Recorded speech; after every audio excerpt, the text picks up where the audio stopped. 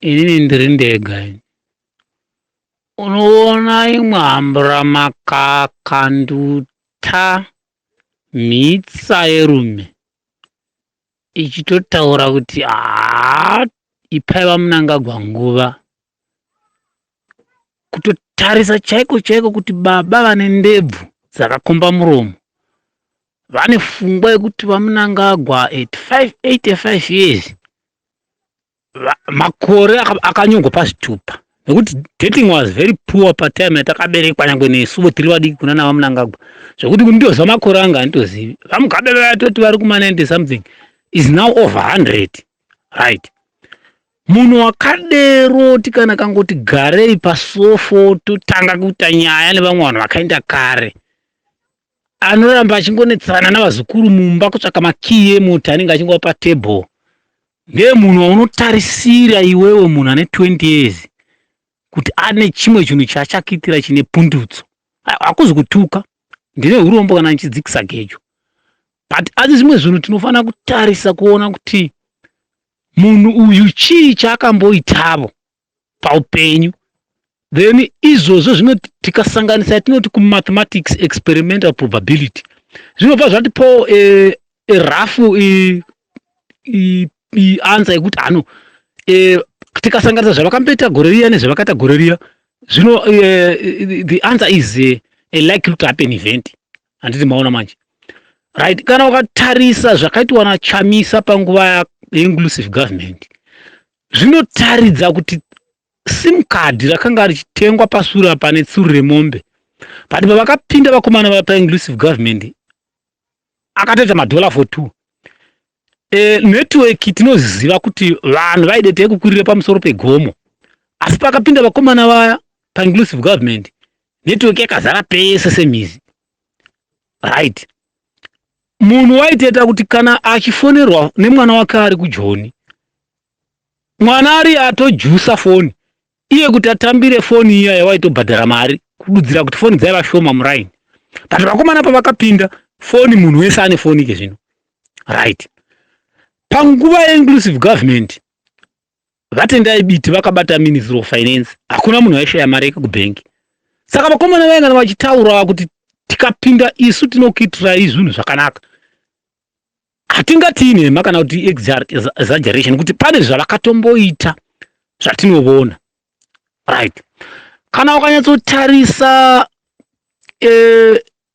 divi reZANU-PF kuti pati yayatonga kwamakore 38 years, hunodowa upenyu hwomwe munhu adova nemhuri, asi pamuno paunoona munhu wakadaro achiramba achikutaurira nyaya yekuti inini ndichakugadzirisa upenyu, inini pahwa huchipapa hwa huchipurawa nani, muri paona manje.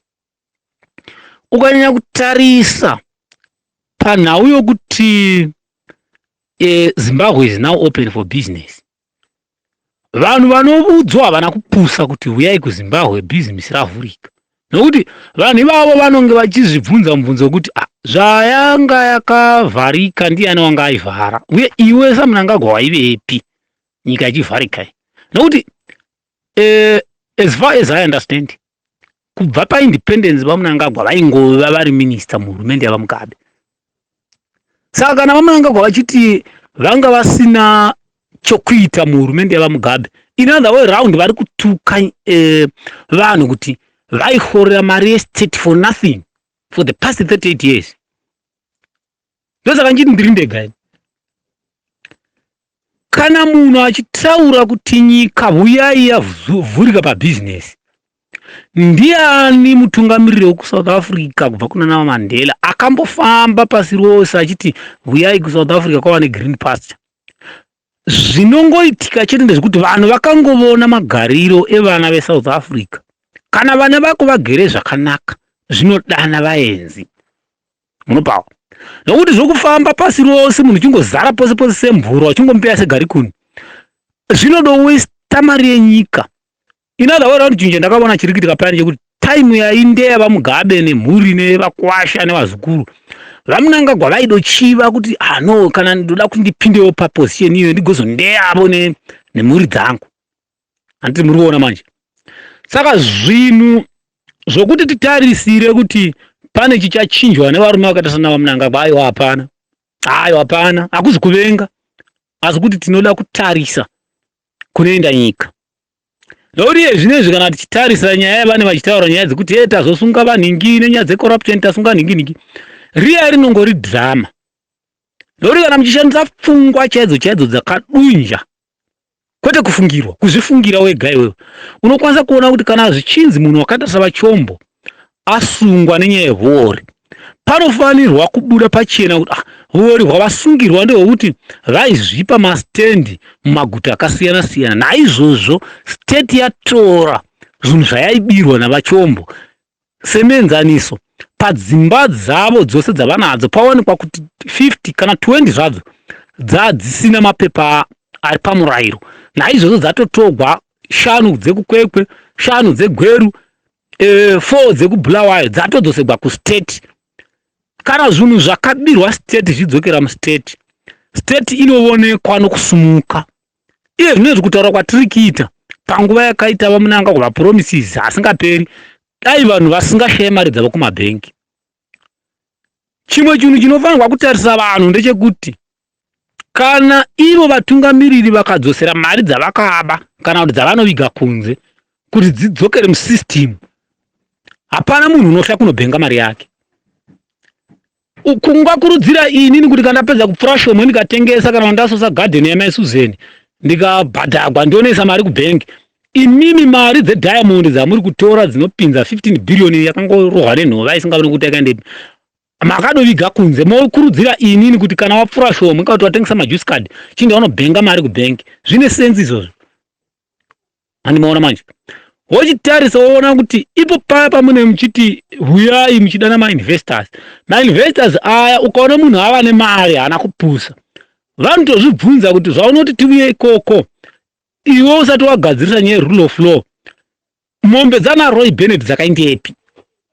Panofanirwa kutanga patosungwa vanhu vakatora ng'ombe dzana Roy Bennett, potariswa futi kuti iwo maministers acho ari kusunga iwawa anosungwa nemumhosva kwete nekuti wanga ari kuG40, asungwa nenyaya dzovuori. Ngapaonekwe zvimwe zvinhu zvinodzoka kustate pasi rose richiona. Tisati tambobata mainvestors evatorwa, vana veZimbabwe vari kunze kwenyika vatova nemari, vamwe vato vano ruzivo rwokuti vakangovona kuti nyika yava nerule of law vanokwanisa kudzvara mari kumusha. Asi hakuna munhu ungati umwe unodzura iye oti ndoda kunodzvara panodzurwa. Hazviitiki izvozvo. Nedzimwe dzenguva vanhu vanoona sokuti chisimba chakanaka zvikuru. Hapana zviri pachena kuti hakuna kana munhu akadza kupenza aisesa nekuti uno aikasta vhoti yake pana vaMnangagwa tichitarisa kuti vaMnangagwa vachatitira zvimwe zvinhu zvinani. Kana kune vakanovhotera vaMnangagwa vakavhotera nyaya dzekuti vasaburawo. Nekuti chatiri kunyanza kutarisa kuona ndechekuti ivo vanofungidzira kuti vanhu vezanisa hatizvioni. Pakaita nyaya yemabhinya nyika yose, vanhu vachingobakwa chibharo vachirepewa vakadzi. Izvo zvikati titaridze jere nemabhinya akaisungwa akaiswa mutirongo, hapana. Asi nyaya yemabhinya yakazongonyaragwa, yaingova strategy chete yaikungoti mauta azare maruzeva akambeni. Izvo kubva paitonga vaMugabe hatina kumbonzwa kuti Harare memapfugwa munhu epfuti. Izvo vanhu vakapfurwa vakafa. Hova munhu achidana vamwe vanhu vanodhura vana former president weSouth Africa kuti uyai mupinde mukomishini yekutsvaka vanhu vakafura vanhu. Unoziva zvimwe zvinhu so unobva ungoona ndiri ndega. Handina nyaya ndingadoda nyaya kuzama kutsanangurira nekuti zvinhu zviri pachena kuti varume vaya vari kutipedzera nguva vachida kufira pazvigaro vachichengetedza zvavakatibira, vachinyepedzera nhema yega nokuti tiri kusungana pasina kusungana.